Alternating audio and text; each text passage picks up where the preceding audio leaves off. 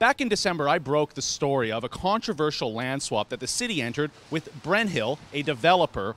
What resulted was a series of very strange developments, including a land valuation reduction by BC Assessment, as well as a report that was finalized by to the city by Ernst & Young. And I had a number of questions for the city about this report, including subcontractors, who was hired to contribute to the report, none of which I got answers to. However, in the last few days, this story has blown up in the local mainstream media here in Vancouver, including a front page story in the Vancouver Sun yesterday.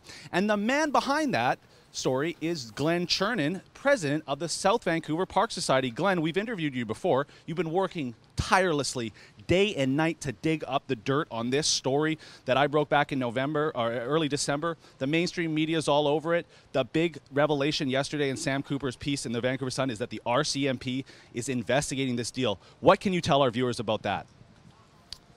Yes, our society brought a complaint to the RCMP several months ago, and we've been continuing to provide them information, and a file was opened up on this an investigation, and they're proceeding with that.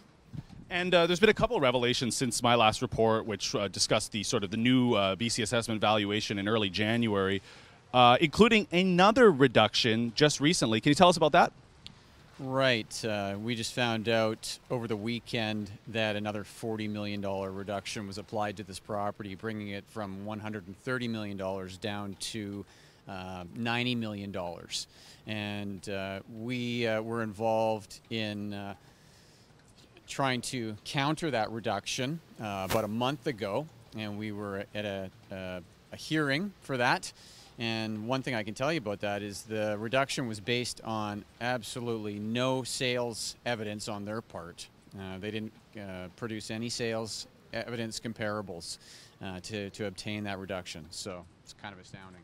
Is this reduction similar to the other close to $50 million reduction that we saw previously that took the value from $59 million down to about $9 million that I reported on before? Is this being done by the same people?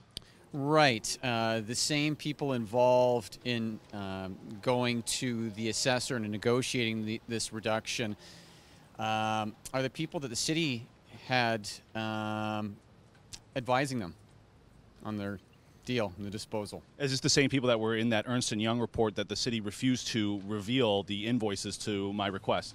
Correct. Okay, and so behind us here is actually the sales center for this development, 8X on the Park. It's a luxury condo development. But what another revelation that's come out in the last few weeks, and actually this is what got the ball started, I think, for the mainstream media, is because the NDP, actually David Eby, picked up on this. BC Housing, a provincial crown corporation, basically financed this luxury condo, haven't they, through a social housing mortgage loan? What exactly is going on there? What do you know? Well, they issued one loan for a different property across the street, and when that was to be paid off, rather than just be done with it, for some reason, a new loan was issued on 508 Helmcken, which is the market property. And that's contrary to the mandate of BC Housing. It's not normal. And again, the person that ended up getting the exclusive sales gig on this deal was responsible for producing the loan application at BC Housing. His committee presented the loan application years previously. And that would be Bob Rennie Marketing Systems, is that correct?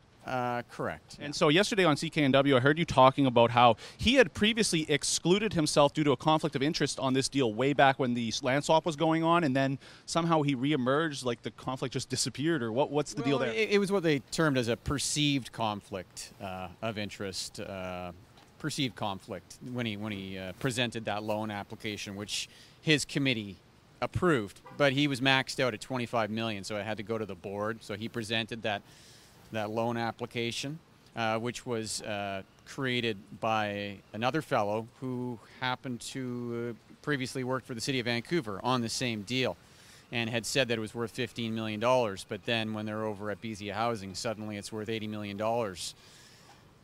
So this gentleman worked at the city of Vancouver in the real estate department. Yeah, he was the director. Yeah, and he was the director of the real estate department of the City of Vancouver. Then he went on to work at BC Housing to oversee this loan. Right. Conflict of interest much? I mean, this seems just very unethical, and probably, I don't know if it's against the law. Maybe this is why the RCMP are investigating. Well, it all just smells. And, I mean, the worst of it's got to be that the people involved here, they knew that it had an $80 million value, at least. And yet the city had disposed of it with the disclosure that it had a $15 million value. Right there, there's a $65 million disconnect. Why didn't they stop the deal? Why did they let it proceed?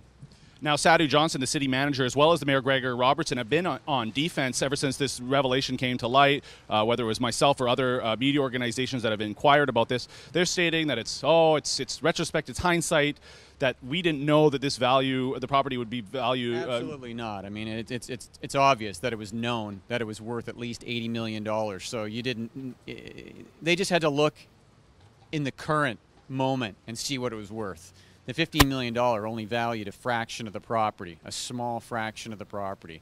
Now, is this because, who is benefiting from this? Why is a deal like this being allowed to happen? Is it just incompetence down at City Hall, or is something much more nefarious going on, do you think?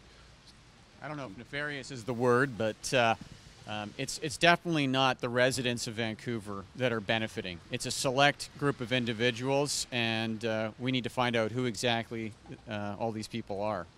Okay, Glenn, last thing before you go is we've been in contact quite a bit the last few months talking about this deal. I know how hard you've worked.